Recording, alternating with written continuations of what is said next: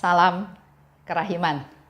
Hari ini kita ketemu di hari terakhir bulan September, yaitu 30 September. Masih membahas tentang kehendak Allah. Nanti kita baca dari diary nomor 1740 dan 1787. Kita mulai ya. Dalam nama Bapa dan Putra dan Roh Kudus. Amin. Bapa kami yang ada di surga, dimuliakanlah namamu. Datanglah kerajaanmu. Jadilah kehendakmu di atas bumi seperti di dalam surga. Berilah kami rejeki pada hari ini, dan ampunilah kesalahan kami, seperti kami pun mengampuni yang bersalah kepada kami. Dan janganlah masukkan kami ke dalam pencobaan, tetapi bebaskanlah kami dari yang jahat. Amin. Dalam nama Bapa dan Putra dan Roh Kudus. Amin. 17:40. Oh Yesusku, berilah aku kekuatan untuk menanggung penderitaan, sehingga aku tidak akan memperlihatkan wajah yang masam ketika aku meminum piala kepahitan. Tolonglah aku membuat pengorbananku menyenangkan hatimu. Semoga pengorbananku tidak dinodai oleh semangat cinta diri, meskipun pengorbanan itu harus berlangsung selama bertahun-tahun. Semoga kemurnian maksudku membuat pengorbanan itu menyenangkan hatimu, selalu segar dan penuh kehidupan. Hidupku ini adalah pergulatan tanpa henti, suatu usaha terus-menerus untuk melaksanakan kehendak kudus-Mu. Semoga segala sesuatu yang ada dalam diriku, baik kepapaanku maupun kekuatanku, menjadi pujian bagi-Mu, oh Tuhan. 17:87. Ketika aku berjumpa dengan Tuhan, aku berkata kepadanya, Engkau membodohi aku, Yesus. Engkau menunjukkan kepadaku gerbang surga terbuka, tetapi sekali lagi Engkau meninggalkan aku di bumi. Tuhan berkata kepadaku, apabila Engkau sudah ada di surga dan melihat kembali hari-hari ini, Engkau akan bersukacita dan akan ingin melihatnya sesering mungkin. Aku tidak heran, putriku, bahwa sekarang engkau belum dapat memahaminya, sebab hatimu ditenggelamkan oleh rasa sakit dan kerinduan akan daku. Berjagamu menyenangkan hatiku. Puaslah dengan kata-kataku. Saatnya tidak akan lama lagi. Sekali lagi jiwaku menyadari dirinya berada dalam pembuangan. Dalam kasih, aku menyatukan diriku dengan kehendak Allah, sambil menyerahkan diriku kepada ketetapan-ketetapannya yang agung. 17:40. Berilah aku kekuatan untuk menanggung penderitaan, sehingga aku tidak akan memperlihatkan wajah yang masam ketika aku meminum piala kepahitan. Suster Faustina mohon kekuatan dari Tuhan untuk bisa menanggung penderitaan. Jadi bukan menghindari penderitaan, tapi mohon kekuatan dari Tuhan supaya kuat menanggung penderitaan. Tolonglah aku membuat pengorbananku menyenangkan hatimu.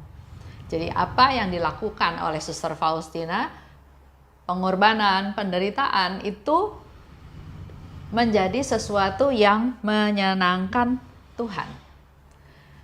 Bandingkan dengan kita.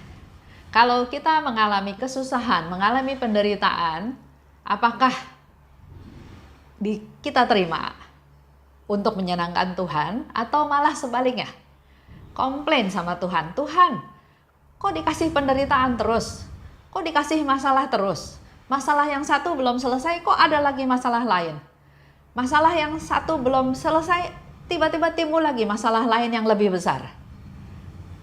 Kalau ungkapannya seperti itu, apakah penderitaan itu menyenangkan Tuhan? apakah pengorbananku, penderitaanku yang aku alami, yang aku jalani bisa menyenangkan Tuhan? Jangan sampai pengorbanan kita, penderitaan kita tanpa kita sadari menjadi cinta diri, ya. Jangan sampai dinodai dengan semangat cinta diri. Contoh ya, contoh. Sekarang masih dalam masa COVID. Masih banyak larangan-larangan. Bahkan di Jakarta PSBB total lagi ya. Karena begitu banyak yang positif kena corona setiap harinya. 1.000 lebih ya, seingat saya. Atau kalau se-Indonesia itu sudah mencapai angka 4.000 lebih setiap harinya. Nah, saya mau ambil satu contoh sharing dari seseorang yang bertanya kepada saya. Bu, kalau istri saya masih mau melakukan pelayanan, kunjungan ke rumah duka, mengantar jenazah sampai ke pemakaman, boleh enggak? Nah, kalau pertanyaannya sudah boleh enggak, saya akan susah jawabnya karena ya itu hak masing-masing ya. Kalau istrinya dia mau melakukan pelayanan, mendampingi keluarga yang sedang susah, mendoakan, hadir, menemani, bahkan sampai ke pemakaman, silahkan aja. Beberapa waktu yang lalu juga ada salah satu anggota komunitas yang mamahnya meninggal. Ada yang datang ke rumah duka, ada yang pelayanan, ada yang bahkan sampai ke pemakaman. Nah, yang jadi pertanyaan saya adalah kepada suami tersebut, Pak, Bapak kasih izin nggak istri Bapak melakukan pelayanan seperti itu?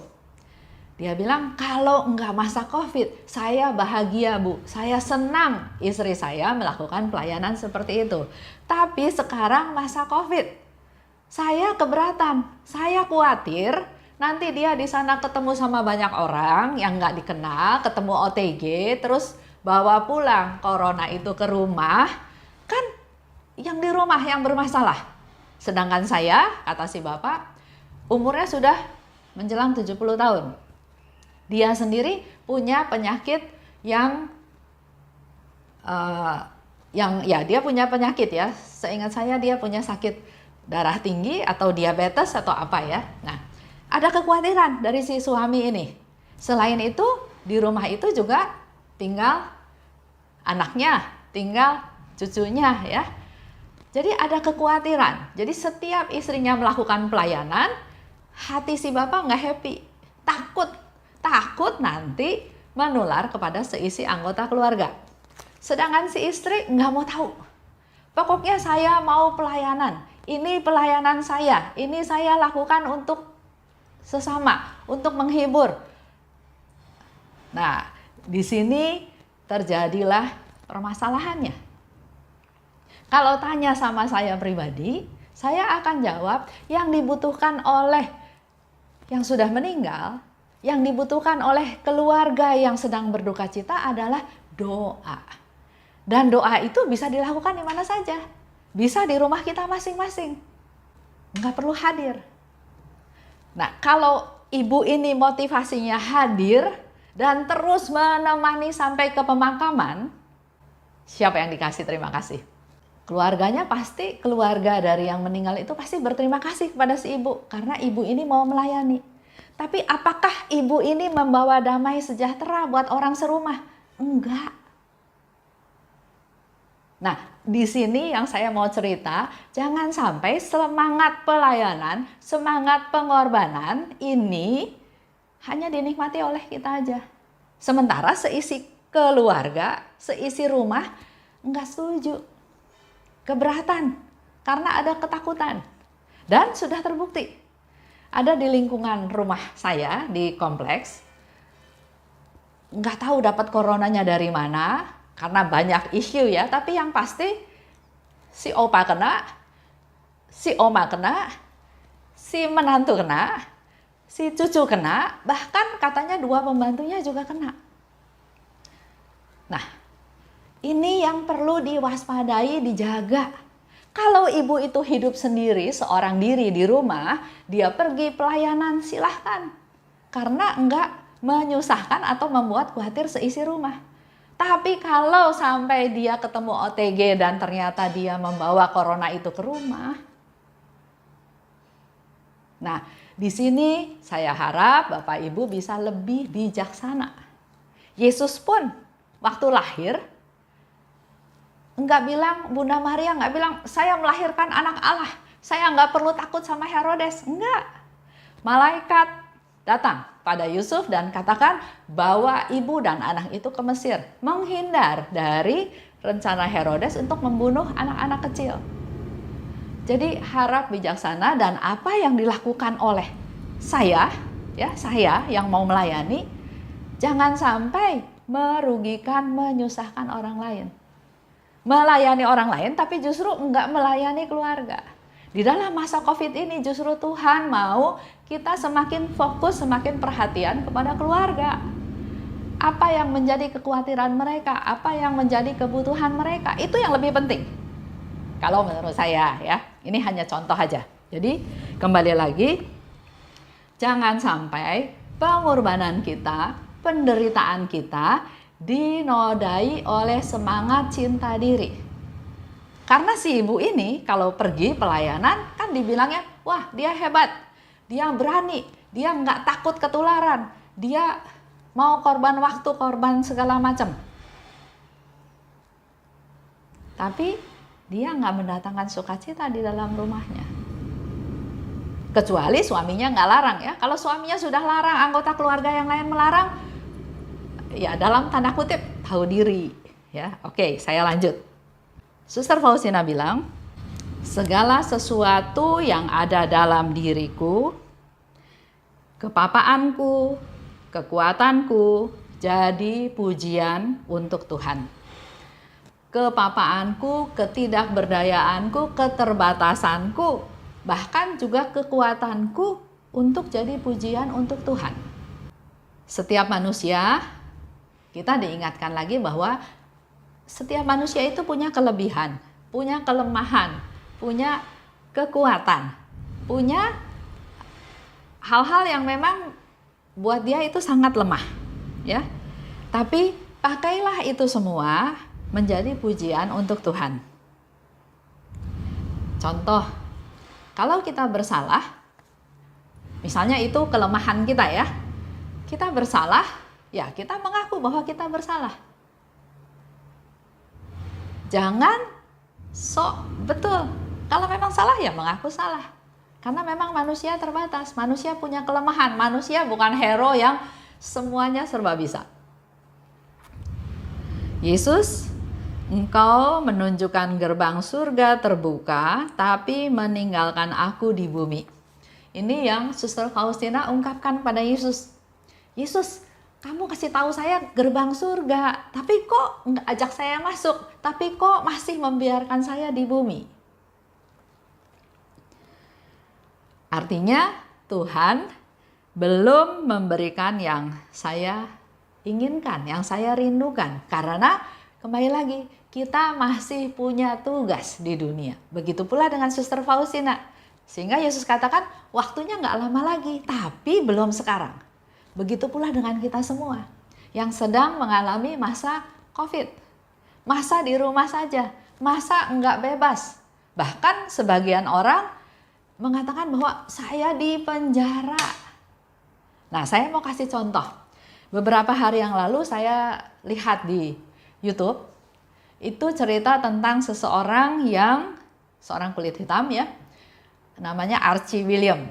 Dia waktu umur 20 tahun dituduh memperkosa. Bahkan waktu di proses pengadilan ada 3 saksi yang mengatakan bahwa nggak mungkin si Archie William ini memperkosa.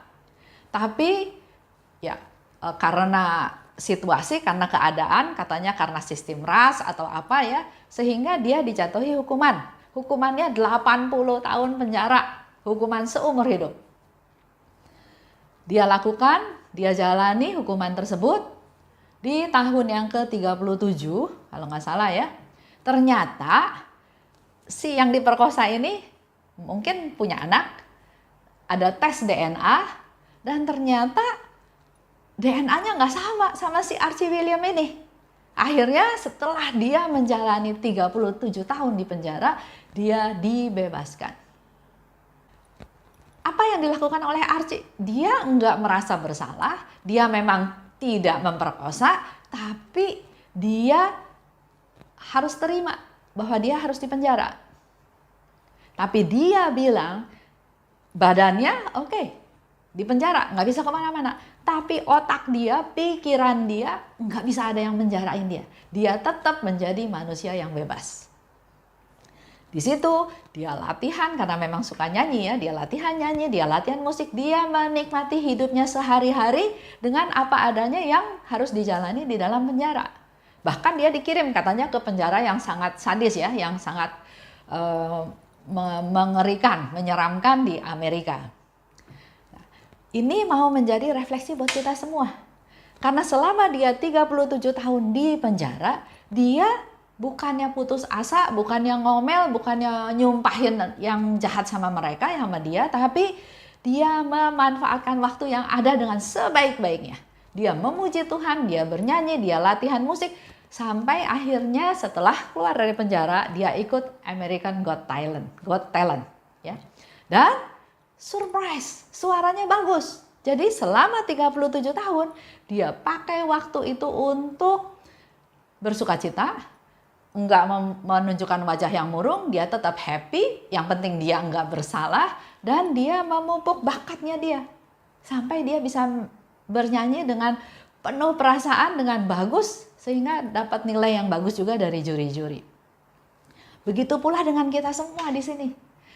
Bersyukur atas segala macam yang kita alami.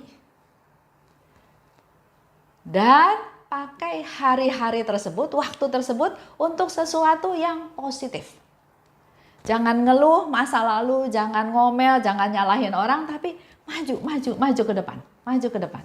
Manfaatkan waktu yang Tuhan kasih untuk sesuatu yang baik.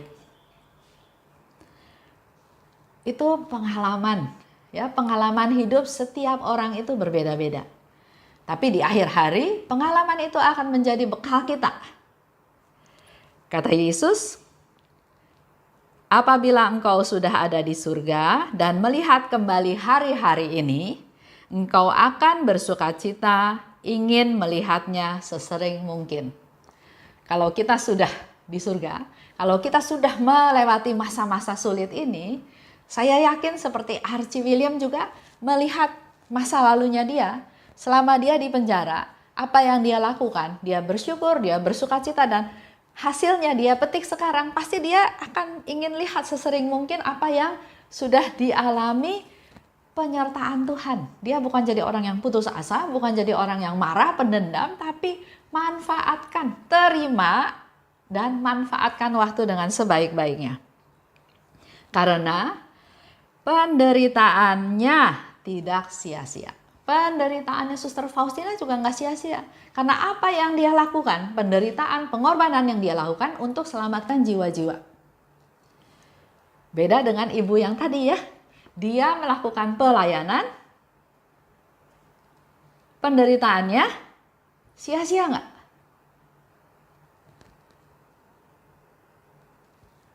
Itu jawaban kita masing-masing ya. Tapi menurut saya yang dia lakukan hanya untuk dia dapat rasa terima kasih. Hanya untuk cinta diri, saya pelayan yang nggak takut apa-apa. Sementara dia lupa, dia masih hidup dalam satu keluarga. Ada suaminya yang sakit-sakitan, ada menantu, ada anak, di mana semua orang sudah bilang bahaya COVID itu makin besar. Kita harus semakin berhati-hati. Kalau di sini balik lagi ke ceritanya Suster Faustina, penderitaannya enggak sia-sia. Karena dia menyelamatkan banyak jiwa, dia menyenangkan Tuhan, dan dia jadi alatnya Tuhan. Sekarang engkau belum dapat memahaminya.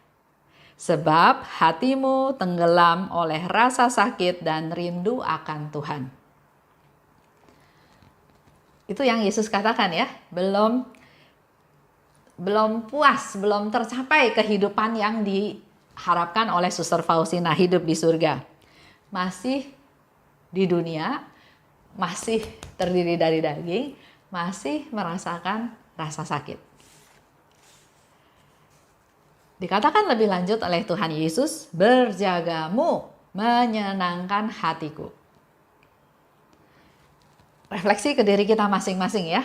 Apakah saya sudah hidup dalam posisi berjaga-jaga? Kalau berjaga berarti kan ada persiapan ya. Contoh kayak pelari, mau lari 100 meter, dia ada posisi start. Dia berjaga-jaga, tunggu peluitnya berbunyi, dia lari. Nah, poinnya adalah apakah kita juga sudah berjaga-jaga? Contoh, sekarang contoh seorang pengusaha. Ya. Dia berusaha supaya perusahaannya maju, supaya perusahaannya tambah besar, supaya profitnya juga tambah besar. Harapannya profitnya tambah besar, mungkin supaya semakin terkenal, mungkin bersaing dengan kompetitor sebagai seorang pemenang ya, banyak alasannya ya.